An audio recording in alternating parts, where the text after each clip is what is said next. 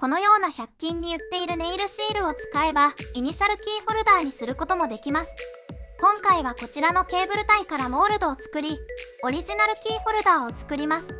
皆さんはお好みのラバーキーホルダーなどを使って、モールドを作ってみてください。後ろについている紐が作業に邪魔なので、アクリル板で固定しておきます。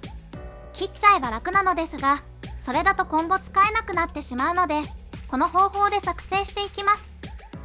モールドを作る素材は、ダイソーで購入したこちらのお湯プラというプラスチック粘土を使います。通常はお湯を使って柔らかくするのですが、今回の作り方はそれではちょっと追いつかないので、エンボスヒーターで柔らかくします。最初は細かい部分をパーツごとに少しずつプラスチック粘土を埋めていきます。レジンを硬化するための UV ランプの光が透過しやすいように透明なプラスチック粘土を使います。そのプラスチック粘土をまずは小さく切って少しずつ柔らかくしていきます。小さく切ったプラスチック粘土をエンボスヒーターで温めています。熱いので何か金属系のもので押さえて転がし、全体を温めてください。先が金属製のものだとプラスチック粘土がつきにくくて転がしやすいです。十分に温まり柔らかくなったら、熱いので素手では触らずに、型を取りたいものの上に置きます。ここに溝があるので、この溝の中に空気が入らない両端の方から押さえつけながら入れていきます。柔らかくなくなったらその都度、エンボスヒーターで温めながら押し込んでいきます。今のように押し込んでも、金属にひっついて戻ってきてしまうような時は、もう柔らかさが失われている証拠なので、エンボスヒーターで温め直すサインとなります。温めた直後はこんな感じで、ひっついて持ち上がってこなくなります。右側の塊から、ちょっとずつ、左へ移動しながらプラスチック粘土を押し込んでいきます。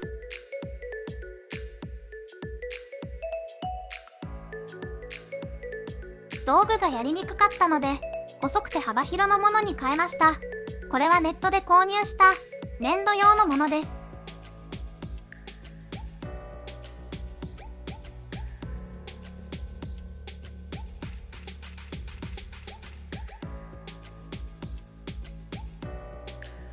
一つのパーツ分押し込んだら表面を平らにします。平らにすると中の様子がよく見えるようになるので、空気が入ってるかどうかの確認をします。中に空気が入っていないことが確認できれば、右の眉毛は終了です。余分なところを取り、それを使って次の場所に行きます。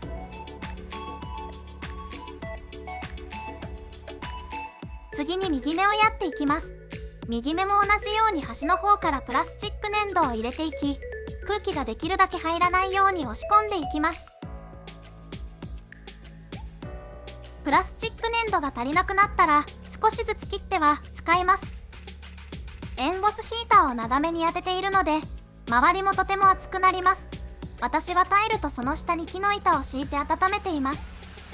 空気が入ってしまった時の対処の仕方です。見えづらいですが、ここに空気が入っています。空気が入っている部分のプラスチック粘土を温め直します。気泡の上の部分にあるプラスチック粘土を剥がします。剥がした後は今までと同じように周りからプラスチック粘土を持ってきて押し込みます。空気を抜くことができました。すべてのパーツごとの細かい溝を埋めることができました。次はもう少し広範囲にプラスチック粘土をつけていきます。先にくっつけてあるプラスチック粘土も温めて、後からつけるプラスチック粘土と馴染みを良くさせ、くっつきやすくさせます。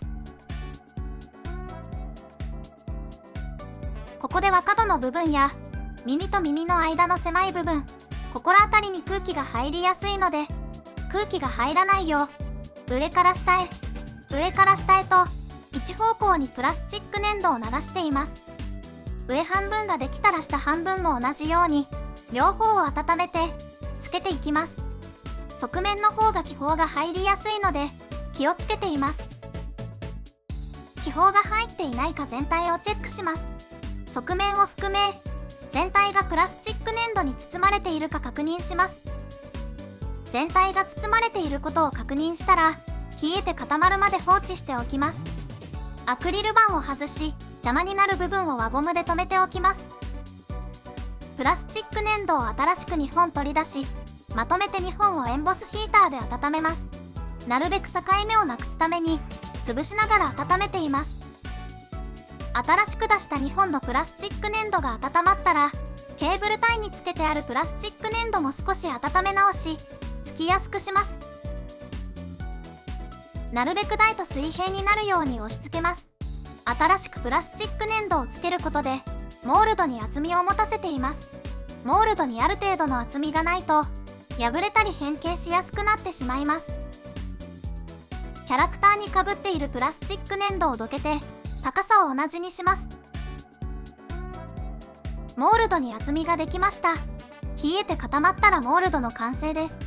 モールドが完成したらキャラクターを取り出し、出来具合を確認します。細かい部分もほぼ気泡による欠けもなく綺麗にできている気がします。3種類のケーブルタイが購入できたので、モールドも3種類作りました。サイズがだいたい厚さ 4mm、横 3cm、縦 4cm のキャラクターのモールドを作るために使ったプラスチック粘土の本数は3本とちょっとなので、ダイソーのお湯プラだと2袋必要になります。エンボスヒーターを当てすぎたらキャラクターがちょっと溶けてしまったので、当てすぎには注意してください。ジェルネイルのブラックを使って眉毛や目を描いていきます。カラージェルを入れるところが細いので、針を使ってジェルを入れていきます。作ったモールドを針で傷つけないように優しく入れていきます。入れた後は裏から見て気泡が入っていないかの確認をします。気泡が入っている時は針で潰します。シリコンペンで余計なところについてしまった黒いジェルを取っています。モールドの裏側から確認し、汚くなっているところをシリコンペンで拭い取ります。シリコンペンで取った後、裏側を見て綺麗になったことを確認します。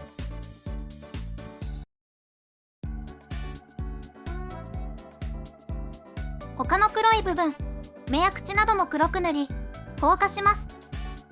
次はコーラルピンクを使ってほっぺとウサギの耳を描いていきます。爪楊枝や針で細かいところを塗っていきます。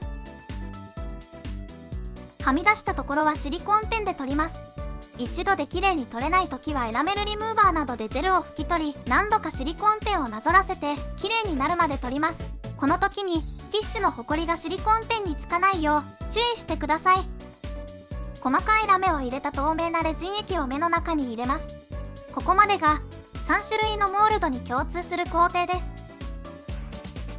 ここからは空の虹、夕日、星空の順番でそれぞれの手順を紹介していきます。空の虹には虹のシールを入れます。透ける虹のシールを使います。虹の部分のみ切り出して使います。透けて見えにくいので白い紙を下に引いて切ります。虹をキャラクターの大きさに合わせてカットします。練り消しゴムで空の雲を作っていきます。よくこね、ほこりを取ったマットなどの上に伸ばしていきます。使う量よりも多めに伸ばしておくと、後で自分好みの雲を選びやすいです。使わなかった分は後で練り消しゴムの塊で回収することができます。冬は UV レジン液の粘度が高くなっているので、エンボスヒーターで温め、サラサラにする&気泡を潰しています。モールドの高さ約3分の1ほどまでレジン液を入れます。全体にレジン液を行き渡らせ、気泡ができていたら気泡を取り除きます。シールに書かれている雲の部分が切り取れなかったので、その部分に雲を入れてごまかしていきます。適当な大きさの練り消しゴムを取り、レジンの中の適当な場所に配置していきます。練り消しゴムは形が崩れやすいので、ピンセットで優しく取り扱います。雲の配置に時間をかけすぎると、レジン液の中で練り消しゴムが粉々に散らばっていってしまうので、ある程度配置を考えてから練り消しゴムを入れ始めてください。シールに書かれている雲と練り消しゴムの雲の配置を合わせます。雲の位置が動かないように気をつけながら硬化します。モールドの高さ3分の2ほどまでレジン液を入れ、台紙から剥がしたシールを入れていきます。シールにレジン液をかぶせ、再び練り消しゴムを入れていきます。虹の後ろにも少し雲を置くと、シールの透け感を生かすことができます。モールド満杯までレジン液を入れ、硬化します。上からも下からも十分にライトを当てて硬化したら、端から少しずつ剥がし、モールドから取り出します。背景が水色だと、あまり虹は目立ちませんね。飛び出ている部分や、凸凹している部分を研磨します。足元から4分の1ほどの高さまでは、透明なレジンを塗ります。着色する分のレジンをパレットにのせます。ちなみにパレットは、洗った牛乳パックを使用しています。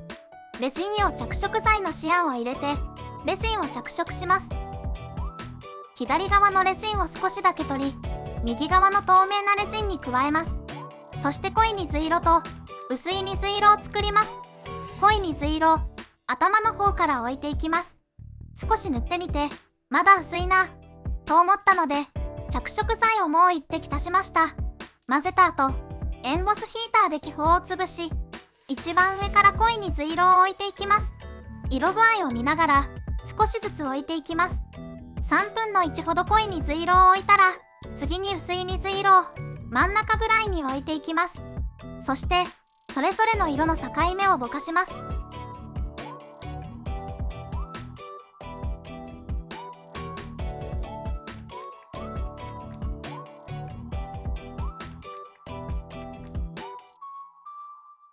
見えづらいので、下に白いものを敷き、グラデーション具合を確認後、良さそうなら硬化します。針なしヒートンキャップをつけます。耳と耳の真ん中に、ヒートンキャップをつけるための印をレジン液でちょんとつけておきます。レジン液をつけたヒートンキャップをなるべく真ん中に来るようにし、硬化します。もう一度レジン液をつけて補強します。コーティング用レジン液をまずは裏面に塗っていきます。塗ったハケの跡が残るので、しばらく待ってハケの跡がなくなったら硬化します。目の中の光部分に薄くレジン液を塗り、大きめのラメを左右に一粒ずつ乗せていきます。動画では分かりづらいですが、このラメを貼る貼らないでかなり目のキラキラ度が変わります。ハケについている液をかなり落としてから表面のコーティングをし始めます。表面のコーティングの後、側面もしっかりコーティングします。側面を塗るときは裏面にコーティング剤がいかないように上から下へと塗ります。溝はある程度残っていた方が可愛いと思ったので、溝が埋まりすぎている部分のコーティング剤を筆で取り除いています。溝が細いのでコーティング剤が入っていないところも出てきます。そんなところには細い筆で液を押し込みます。関係のない裏面にコーティング剤が垂れてしまった時はシリコンペンでしっかりと拭い取っておきます。裏面や表面を最終確認した後、硬化して完成です。100円ショップのワッツで購入した3色練り消しです。この練り消しはこねてもこねても雲を作りにくかったですが、なんとか作ります。3色のうち黄色とピンク色を使います。失敗しやすいですが、何度でもやり直しができます。ピンク色も同じように伸ばして雲を作ります。レジンの1層目を入れ、気泡を取り除きます。白色、黄色、ピンク色の順に雲を入れていきます。2層目にも雲を入れるので、その分を考えながら配置していきます。2層目のレジン液と雲を入れ、硬化します。3層目はレジン液を満杯まで入れ、硬化します。背景の夕焼けを作るために、レジン用着色剤を用意します。4色にレジン液を着色し、気泡を潰します。着色過程は動画を飛ばすと分かりづらくなると思うので、早送りで全部そのまま流しています。白い雲を置いたあたりに黄色を丸く置いていきます。その周りにオレンジ、そしてピンク、青色と置いていきます。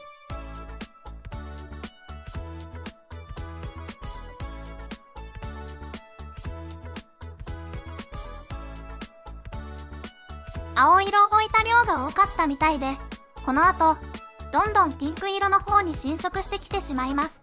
ピンク色はもう少し多く作っていた方が良かったです。一番下の足元の方はもう少し濃いオレンジ色にしたかったので、ピンク色を混ぜてちょっと濃くしました。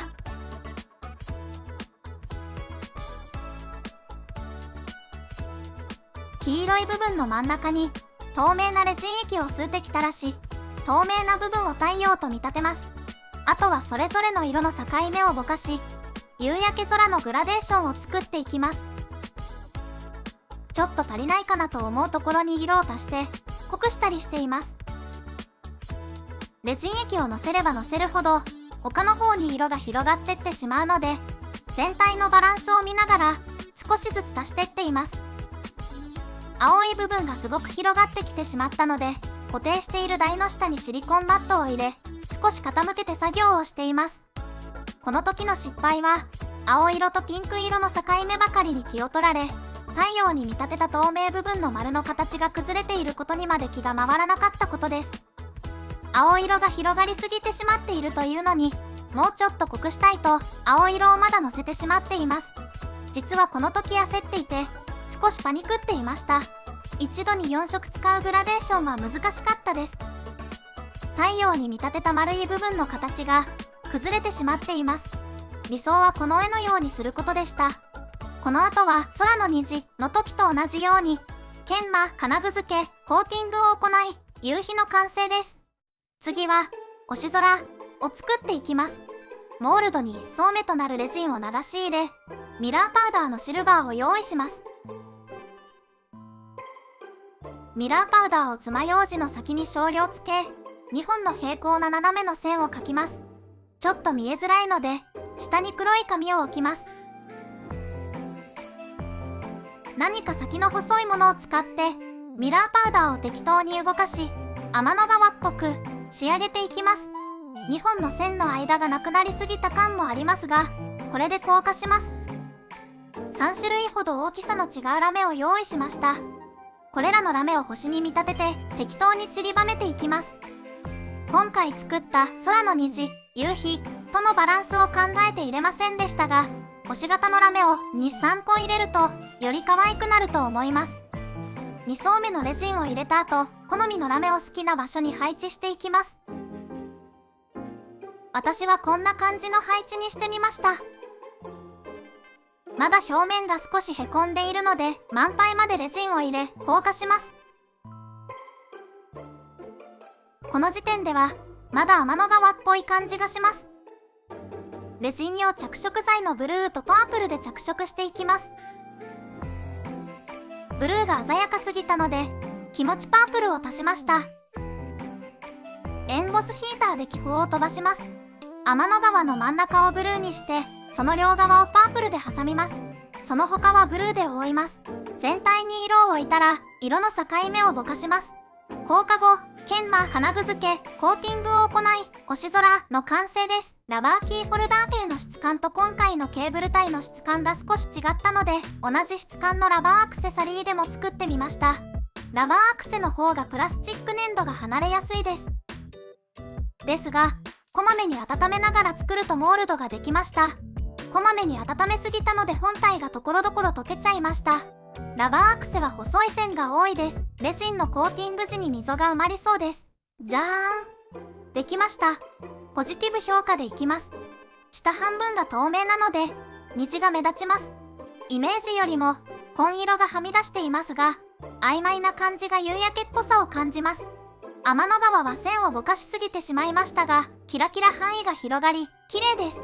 キートンキャップにそのままカニ缶が入ったので、ウサギにつけた丸缶は必要なかったです。キートンキャップは縦につけていますが、横につけていればウサギも丸缶なしでいけます。透明感があるのはいいことなのですが、バッグが白じゃないと目立たないのが難点です。最後までご視聴どうもありがとうございました。